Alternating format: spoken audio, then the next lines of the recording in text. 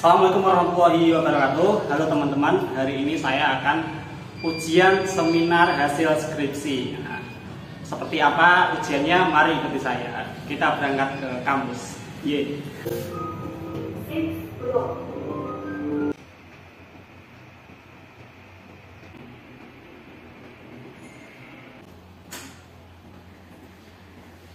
Assalamualaikum warahmatullahi wabarakatuh. Alhamdulillah.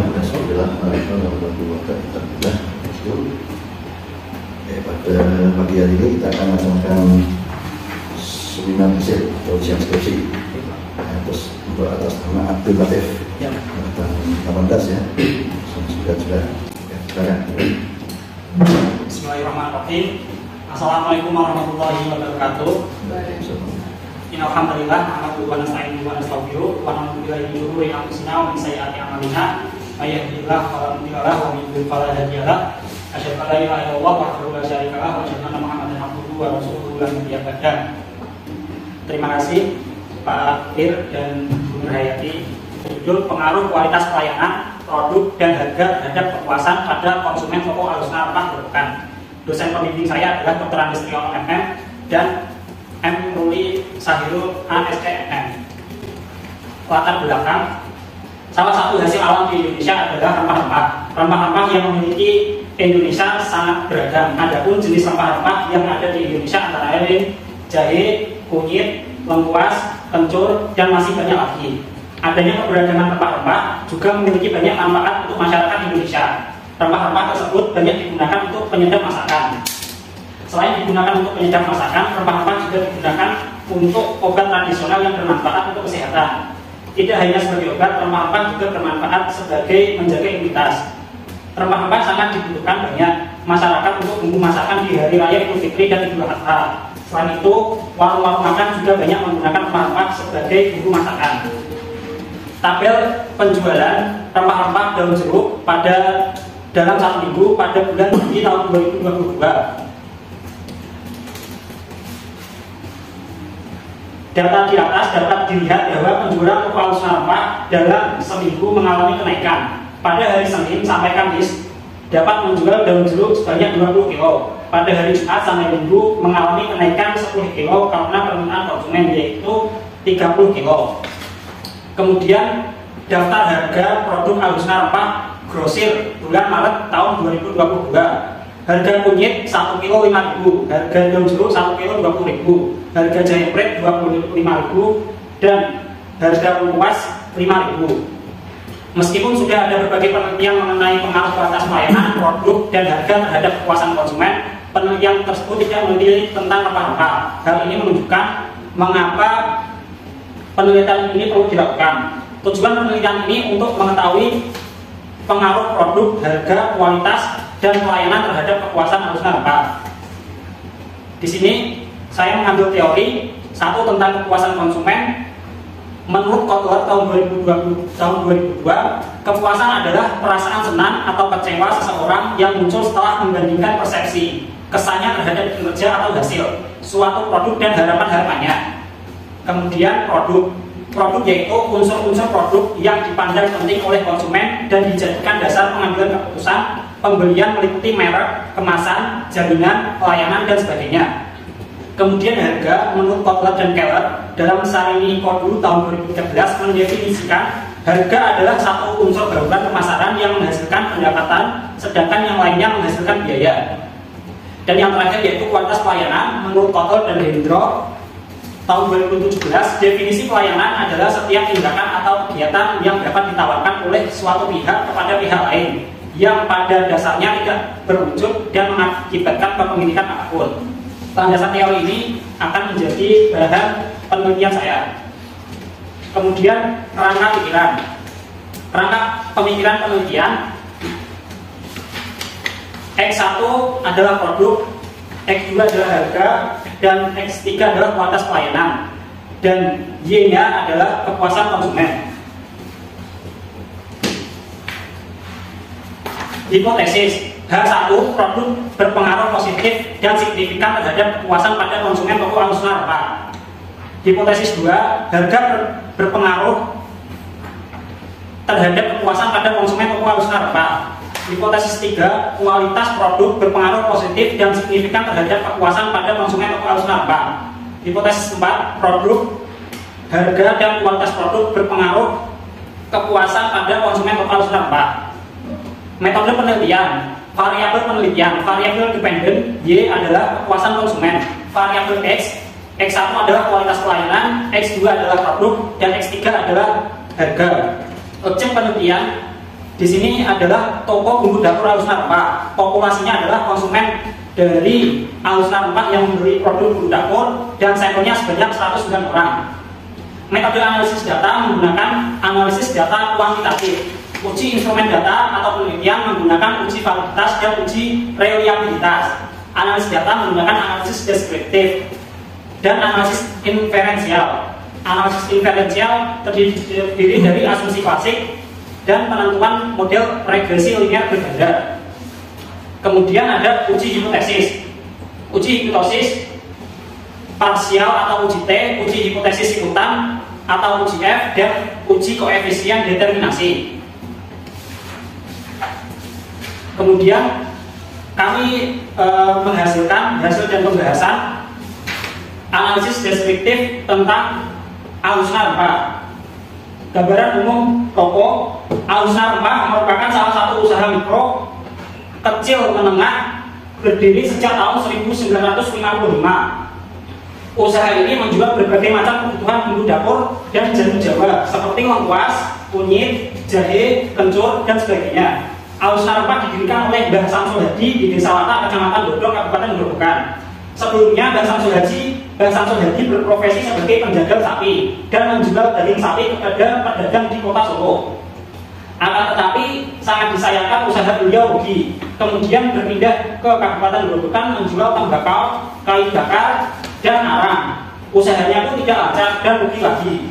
Kemudian Mbah Samsul Hadi melihat di pasar Johar Semarang bumbu dapur lengkuas itu laku di pasar tersebut, dan di desa sangatlah banyak lengkuas. Kemudian beliau menjual lengkuas dan bumbu dapur lainnya dijual di pasar, dan usahanya alhamdulillah lancar sampai saat ini. Sampai saat ini usahanya pun turun-menurun ke anak cucunya. Setelah Mbah Samsul Hadi diteruskan oleh Bapak Abdul Holik dan istrinya Siti Hindun pada tahun 1992 sampai 2020. Karena Bapak Abdul Holik umurnya sudah tua, 77 tahun, kini usahanya diteruskan oleh Mbak Siti Mukarramah dan adiknya di Pasar Jeketro, Kabupaten Grobogan. Mbak Siti Mukarramah berpendapat bahwasanya di Pasar Jeketro tahun ini lebih ramai daripada tahun sebelumnya, karena tahun sebelumnya pasar mengalami dampak COVID-19. Akan tetapi tahun ini semakin ramai, banyak konsumen yang membeli bumbu dapur, terutama yang memiliki warung makan seperti warung Solo, ayam geprek, seblak, gulai, dan sebagainya. Cerita dari Bapak Abdul Holik, pada zaman dulu ketika kita berangkat jualan ke pasar itu jalan kaki dan memikul barang dagangan.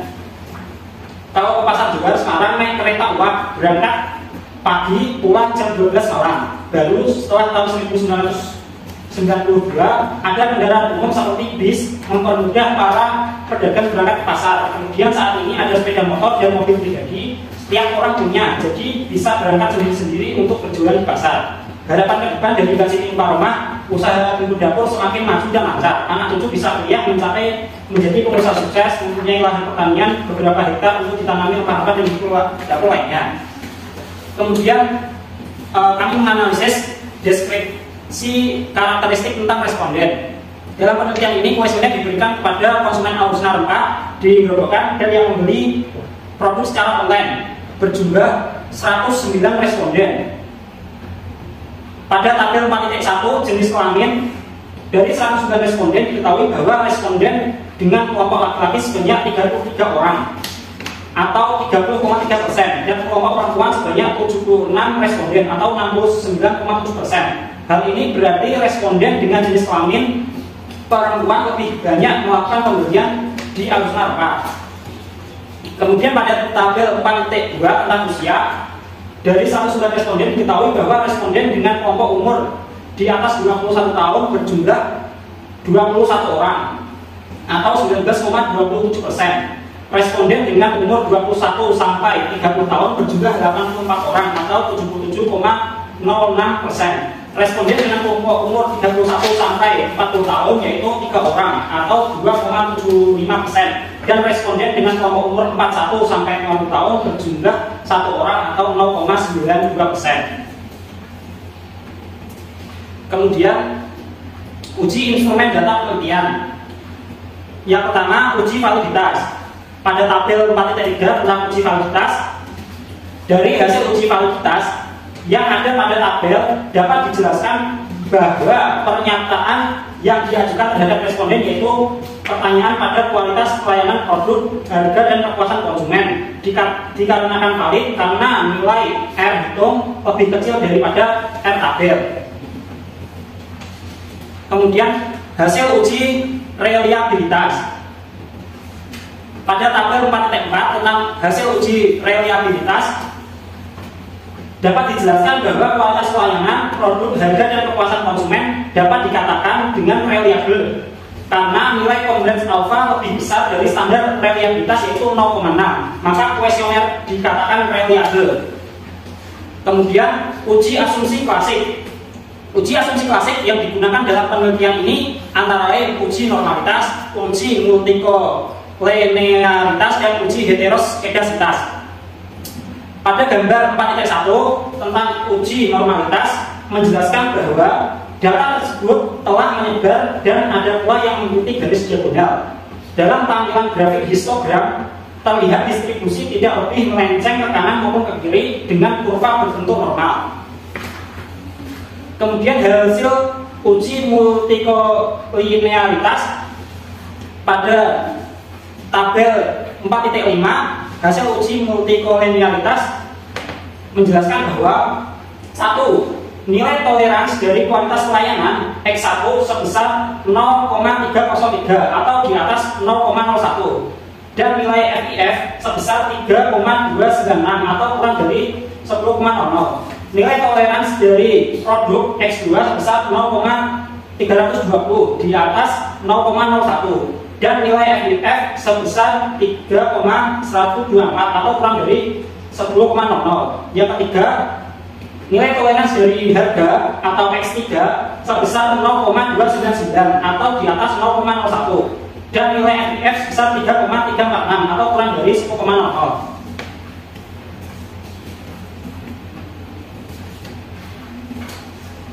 Kemudian hasil uji regresi linear berganda.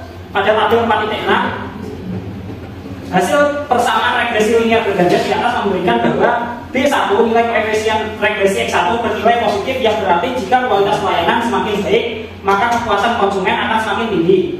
B2 nilai koefisien regresi X2 bernilai positif yang berarti jika produk semakin baik maka kepuasan konsumen akan semakin tinggi. Nilai B3 nilai koefisien regresi X3 bernilai positif yang berarti jika harga semakin baik maka kepuasan konsumen akan semakin tinggi. Kemudian selanjutnya adalah uji hipotesis. Uji hipotesis, pengujian hipotesis ini meliputi beberapa uji, yaitu uji T, uji F atau simultan, dan uji koefisien determinasi atau F2. Hasil dari uji T atau parsial dijelaskan dalam tabel 4.7.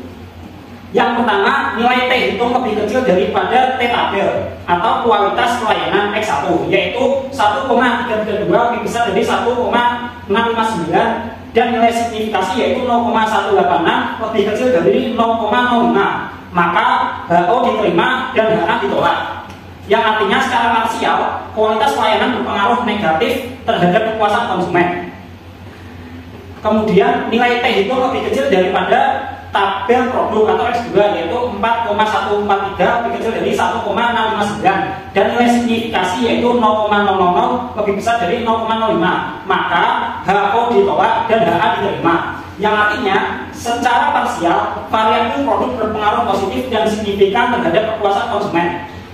Nilai T hitung lebih kecil daripada T tabel atau harga X3 yaitu 8,162 lebih kecil daripada 1,659 dan nilai signifikasi yaitu 0,00 lebih besar dari 0,05, maka HO ditolak dan HA diterima. Yang artinya secara parsial variabel harga berpengaruh positif dan signifikan terhadap kepuasan konsumen.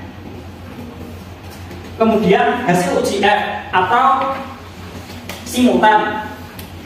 Di dalam tabel 4.8 dijelaskan bahwa hasil perhitungan statistik dari uji F diperoleh F hitung sebesar 179,608. Selanjutnya adalah mencari nilai F tabel pada signifikasi 0,05 dengan menggunakan rumus F tabel K.2 N min K, di mana K adalah jumlah variabel independen sementara N adalah jumlah responden. Maka perhitungannya adalah 3 bagi 109 min 3 sama dengan 3,2106.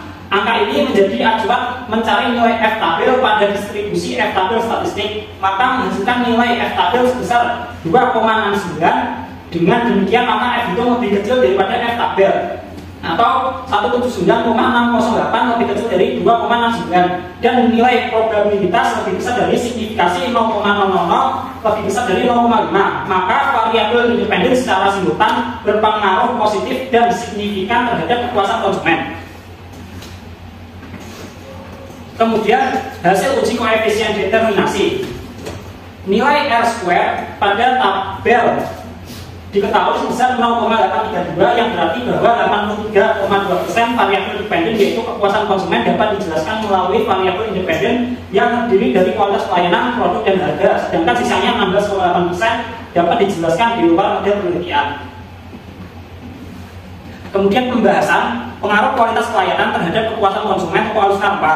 Dari hasil pengujian, variabel kualitas pelayanan mendapatkan hasil positif. Nilai signifikasi yang didapat menunjukkan bahwa variabel produk sebesar 1,32 besar dari 1,659, dan nilai signifikasi yaitu 0,186 lebih kecil daripada 0,05, yang artinya secara parsial kualitas pelayanan tidak berpengaruh terhadap kepuasan konsumen.